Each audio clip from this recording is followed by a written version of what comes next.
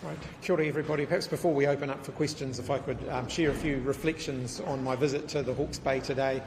I had the opportunity to go and visit and see firsthand the devastating effect of the cyclone on more of our primary sector, particularly our growers.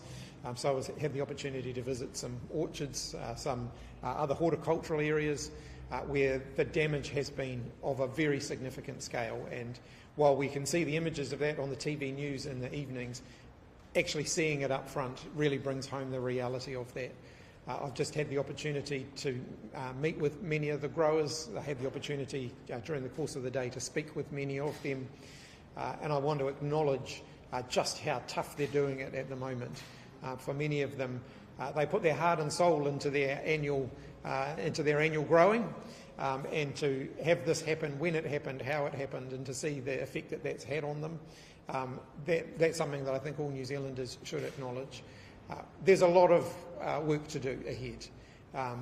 Some of these things will happen more quickly than others, things like reopening roads and so on. That's the start of the process, but actually there's a long road ahead for us. So I just want to provide a reassurance to them that we're listening to them, we're taking on board the feedback that they've been giving us. We're committed to making sure that we get this region back on its feet as fast as we can. There aren't any easy answers here, but we'll work through the next part of this process carefully to make sure that we can get this region up and running again as quickly as we can.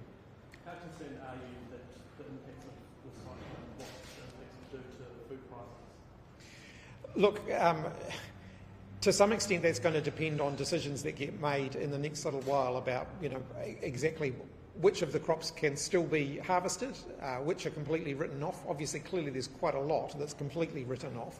Some are still being assessed as to whether they can be harvested. And of course, it may be more expensive to harvest what's left because of the issues around transport and around access and so on. So still too early to say, I think, on that. Prime Minister, what concrete changes can those horticulturalists in there see in terms of clearing the silt, fixing those stock banks? Those are the first things they want. What are you going to go back to Wellington and insist on? Yeah, so that meeting's still ongoing, and I want to allow them to continue to express exactly what it is that they want and what it is that they need, so that we can then start to work through that.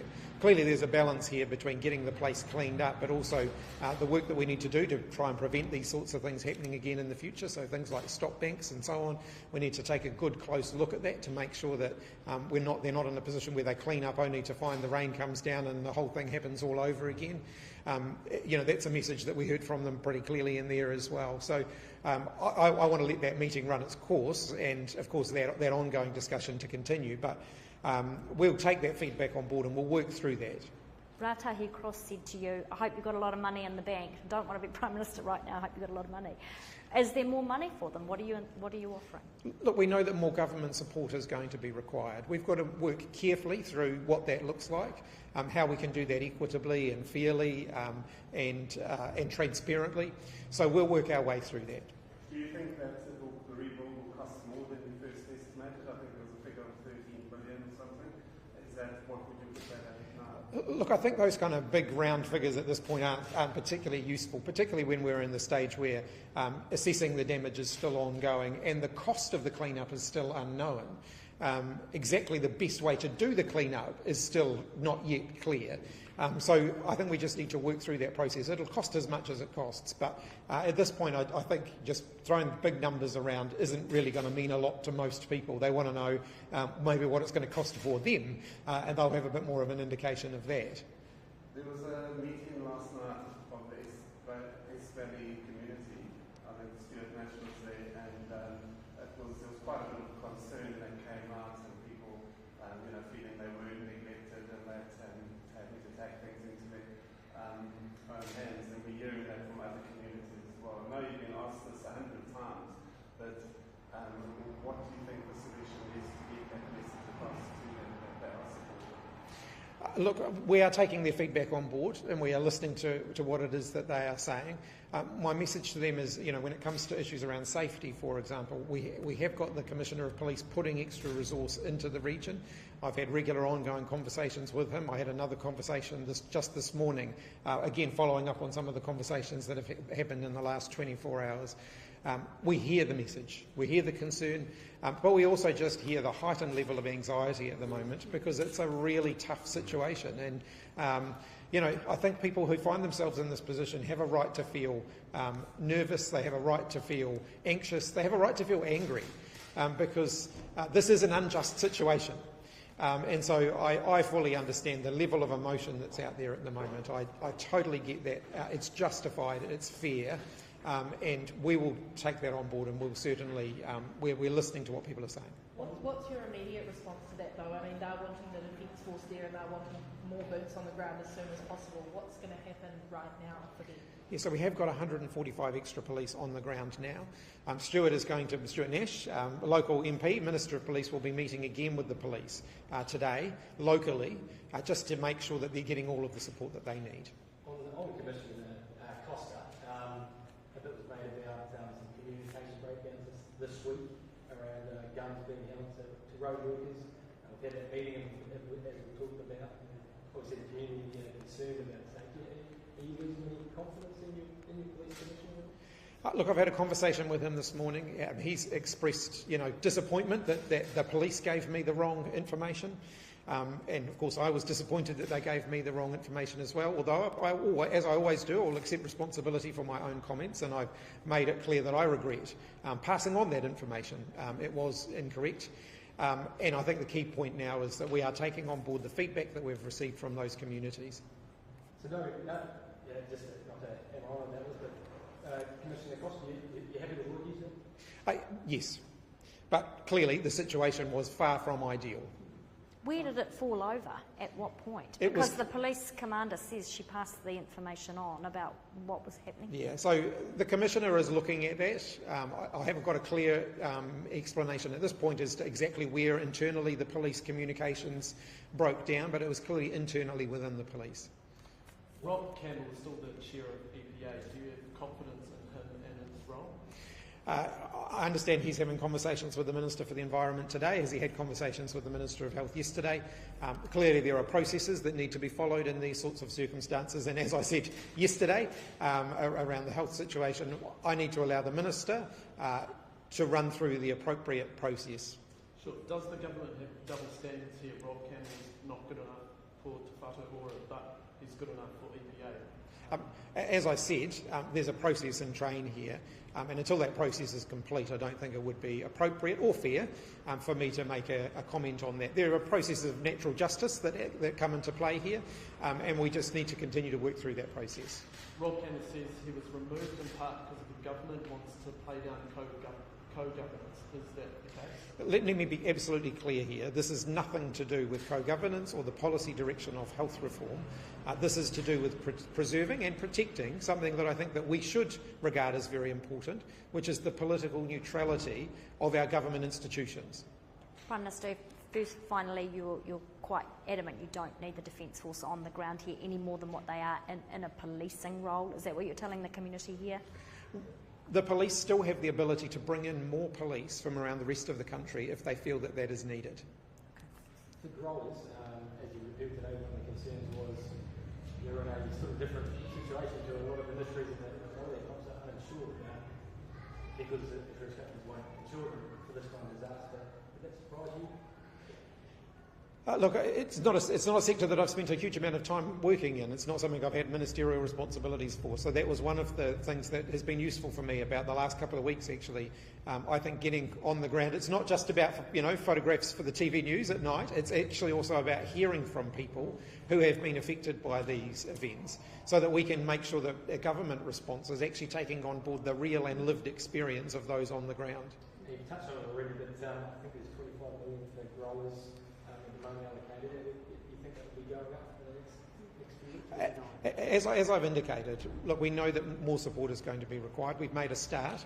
The start was really just about let's get boots on the ground as fast as we can and get some things happening within days. Half of that money is already, or nearly half of that money is already in bank accounts of the growers, so that in the primary sector, so that they can actually start that work. And there are more applications being processed by the hour, every hour. You know, we're working as fast as we can to get that money into their hands so that they can actually do something with it. But we know that that's, you know, we said at the time this is a starting point, and you know, we know that there's going to be more support needed. Was there anything today that you saw that would stay with you? Any particular site or comment? Look, I think all of it will stay with me. I think, you know, when you're driving past orchards and you see, you know, caravans and cars in the trees, you just realise the strength of the natural disaster that unfolded. You know, that's pretty confronting.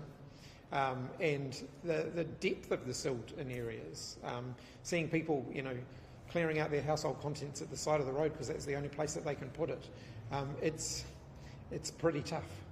When are you off to Wairoa, Prime Minister? You had a little bit of a hiccup today. Yeah, look, second go visiting Wairoa today, and unfortunately still hasn't happened, but I have promised them I'm going to get there.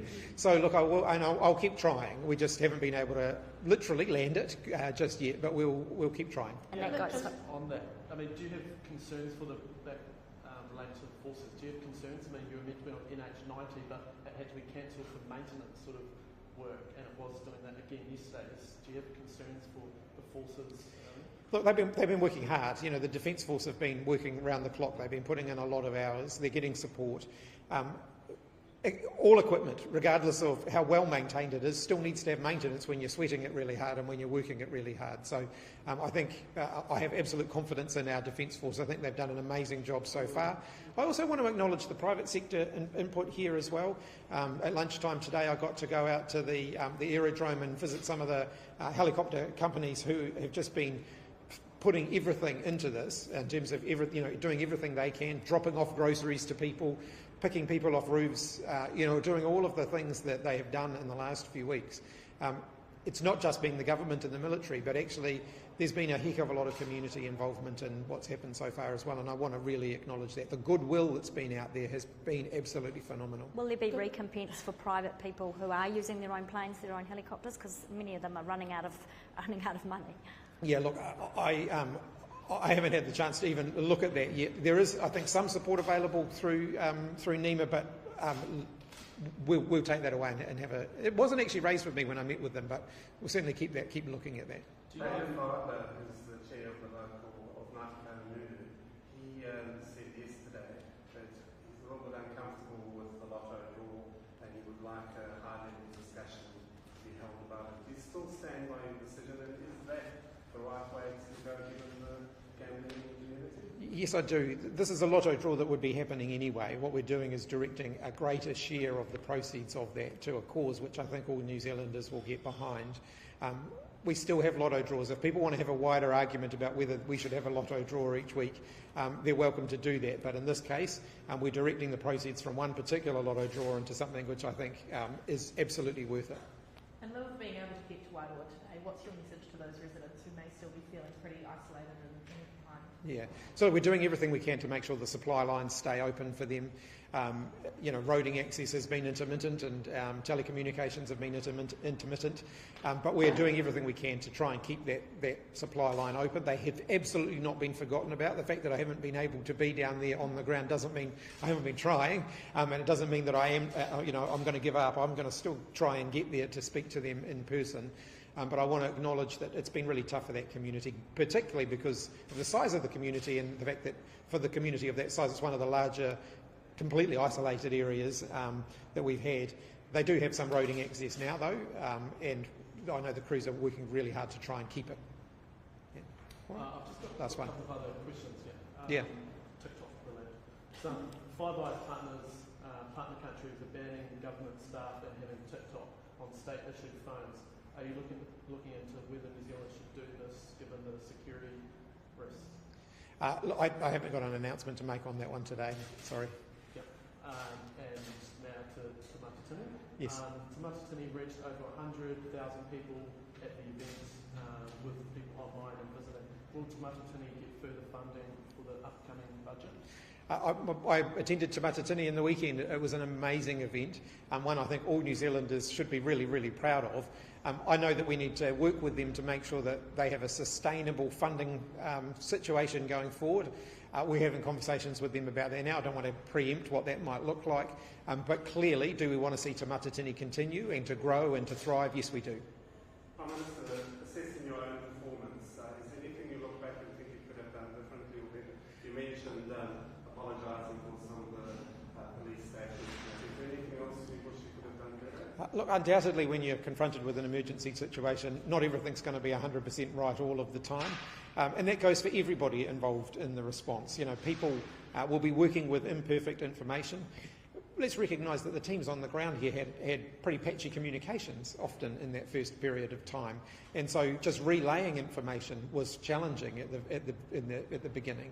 And so I think we need to give people a little bit of, we need to give them a little bit of leeway for that. If I look back on my own input over the last couple of weeks, look, I'm satisfied that I've given it my best go. That doesn't mean I will have been perfect though. Yeah. Okay, thanks everybody.